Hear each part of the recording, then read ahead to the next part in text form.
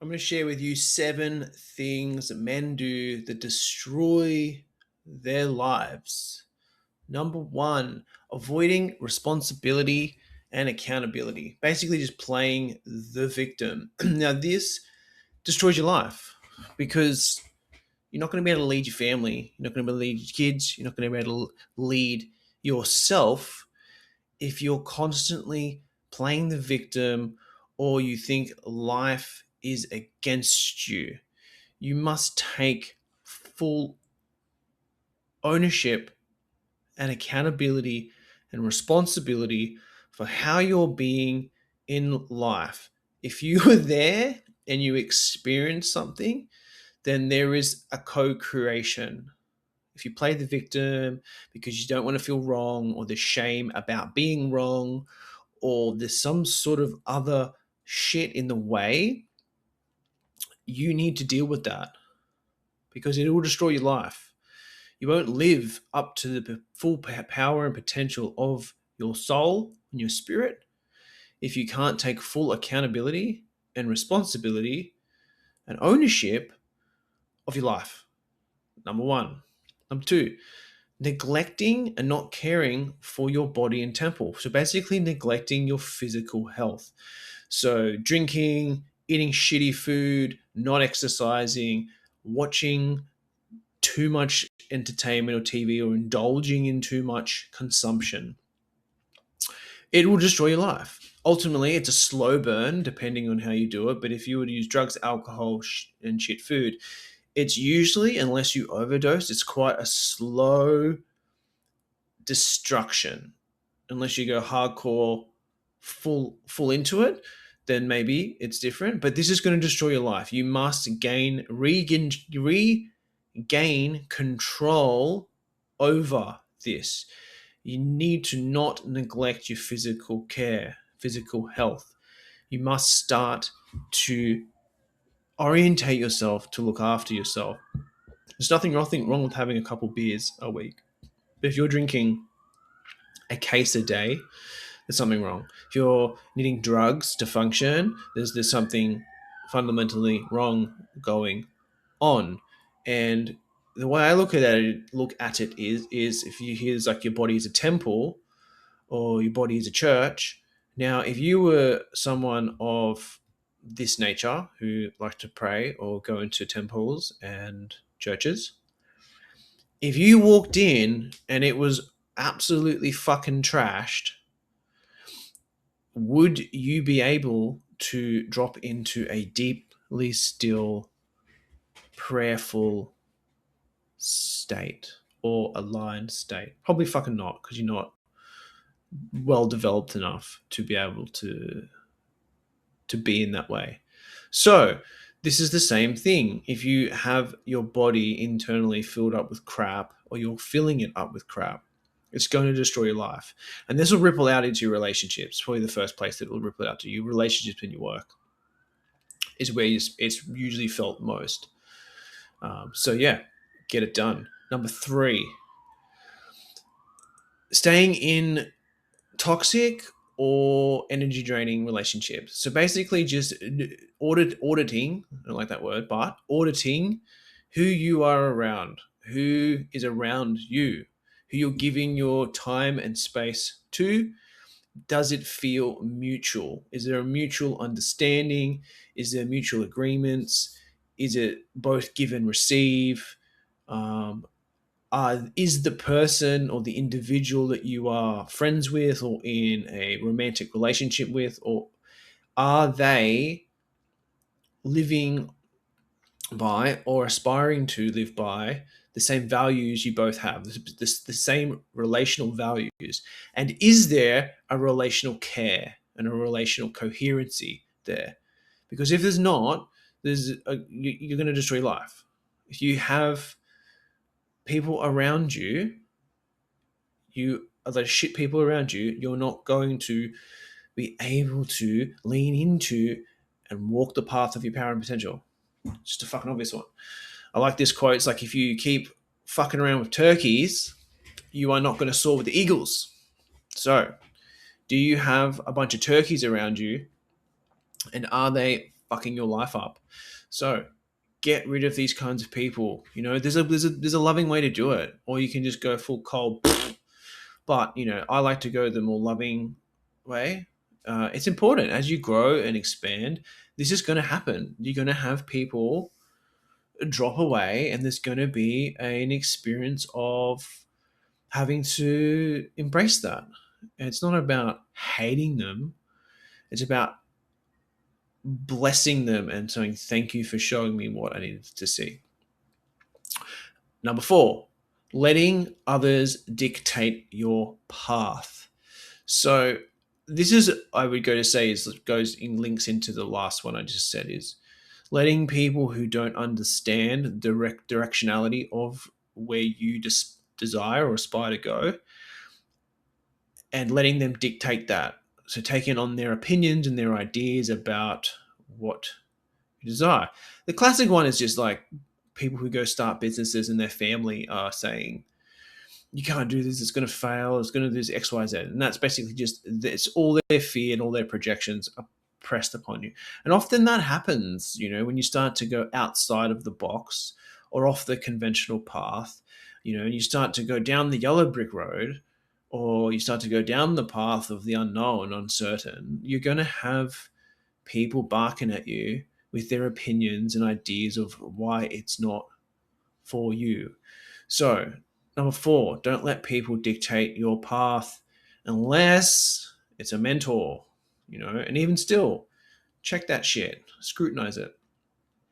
Number 5, porn addiction or sexual addiction with women. So with women, if you have a sexual addiction and you're seeking validation through sex, and you're like seeking love, and that's the only way you can feel like you are enough is by having sex with women, you need to cut this out. It's going to destroy your life. It's just, you're just going to empty your life force. You're just going to empty your reservoir. Plus you create a sexual entanglement, sexual karmic entanglement with the women. So as many women you have, and it takes a lot of exhaustion to work through that. So there's multiple layers with the having sex with women part. And then with porn, it's just an obvious one. It's just not, for 99% of the men out there, it's not good. I'm sure there's a percentage out there that can actually use it healthily and not have it affect them in ways that are literally to the point where, like, you can't get an erection, you can't have sex, you don't have sex with your partner. It's the only way you can get aroused. It distorts your mind and objectifies women. Like, all these things, I'm sure there's a percentage of men out there that's not happening because they have enough self-realization mind that they can indulge in it and then that not be a thing. However, I haven't met many of those, so I'm just going to lean into it's not good. It actually creates so much destruction in your life. So fuck it off. Number 5. Actually, it's number 6. Six. Chasing short-term dopamine hits. So partying, impulsivity, thrill seeking. This is one that I did a lot in my 20s. Is just chasing that short-term dopamine. For me, it was a lot of thrill-seeking behavior, doing really impulsive activities and partying and taking drugs and stuff. So that's got to end.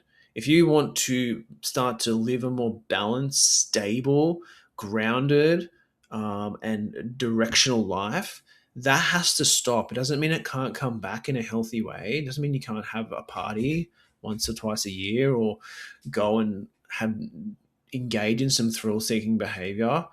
But if that's what is taking the front seat always, and you're just impulsive and you can't actually check yourself, this needs to stop. This is going to destroy your life, or it might destroy you. You might actually die.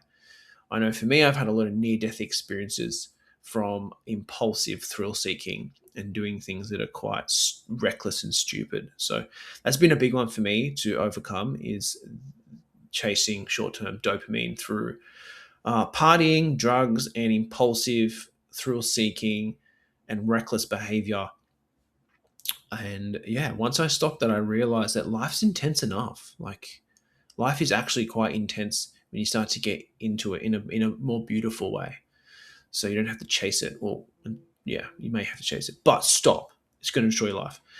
Number 7, the last one. I think this is an important one for men. One of the most important one is isolation and withdrawing yourself from like-minded men or communities or some sort of social engagement, as well as isolating yourself and withdrawing yourself from a mentorship or a spiritual or self-development guide. It's about connecting to your internal guide at the same time as having an external guide. And I believe that isolation and withdrawing is a self abandonment expression of self abandonment, and also a keeping yourself safe because you fear the world, you fear men, you fear social stigma, and there's all of these things that you fear. And rather than just step in the fucking fire and be seen and be witnessed in how you are and how you are not, you avoid it. So I think that this one for me has definitely, I've had my ebbs and flows, but I've stayed with the ebbs and flows. Where there's been times where I've wanted to isolate and withdraw myself from the world, um, and not be social and not engage in community type driven activities. However, I've noticed that when I lean into doing that, it really supports that aspect. You know, if we look at the most, going back into like primal and instinctual ways of being, like all the way back, it's wired in our system as men would get together, men would go and do things as a unit, whether it was hunting or it was doing like labor or whatever it is. There was not a lot of solitude and solitary ways of being. Not to say that it wasn't. You go to church, pray, study, do all these good things as well. I still think it's important to have solitude and solitary activities.